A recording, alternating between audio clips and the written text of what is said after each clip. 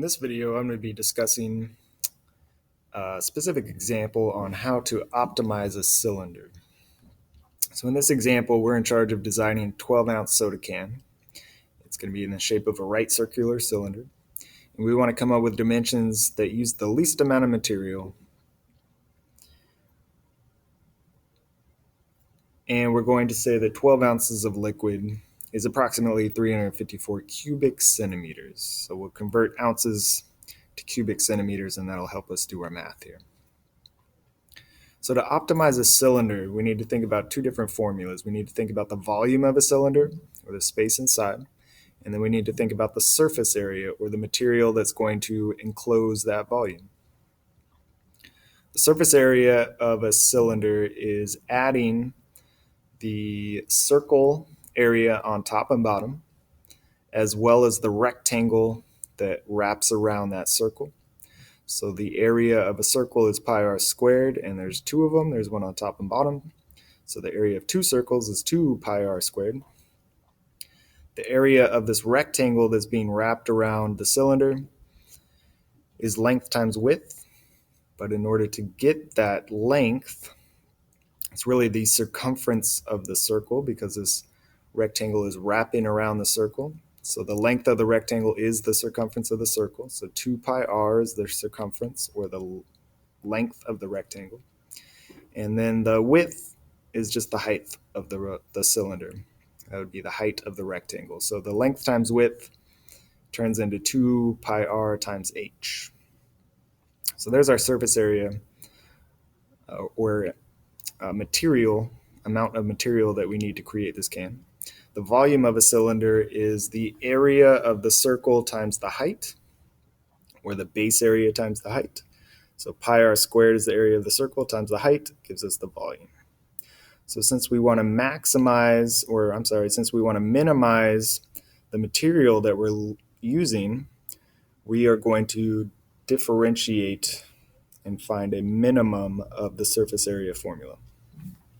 In order to do that, we need our variables to be in the same terms. So we have a bunch of r's here, but then we have an h. So if I could somehow replace that h with something in terms of r, then I could differentiate this formula. So let's look at our volume formula. We know that the volume is equal to 354. And if I solve this for h, then I can get something in terms of r. So if I divide both sides by pi r squared, then I can substitute this for h.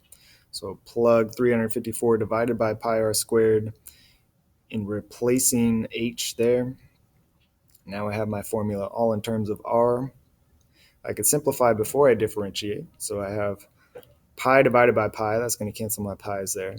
And then r to the first power divided by r squared is just going to leave an r in the denominator. So we can simplify that right here. We could then actually distribute this.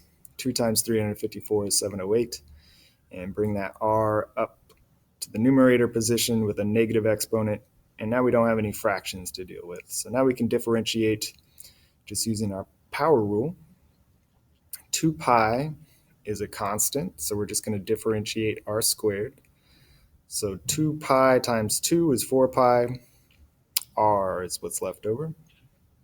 And then if I use my power rule to differentiate this, I bring that negative 1 to the front, so I'm subtracting 708 now, and then I subtract 1 from my degree here, or exponent, so I get negative 708 r to the negative 2 power.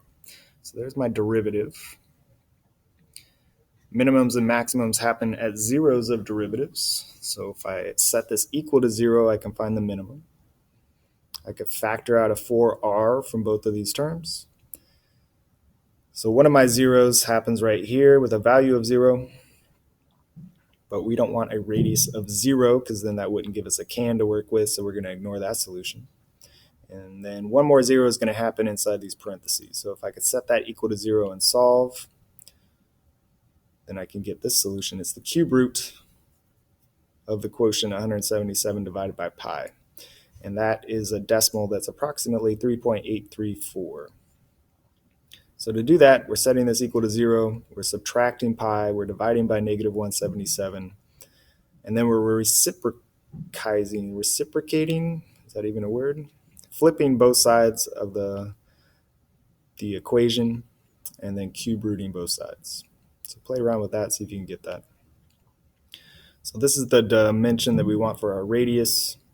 If our radius is this length, then what is our height? Well, we have an equation that we already came up with for height given the radius. So if we plug that radius in and come up with the height, then we get approximately 7.666 or 7.7 centimeters. So given this radius and given this height, that would be the optimum dimensions of our can so that we can enclose that volume with the least amount of material.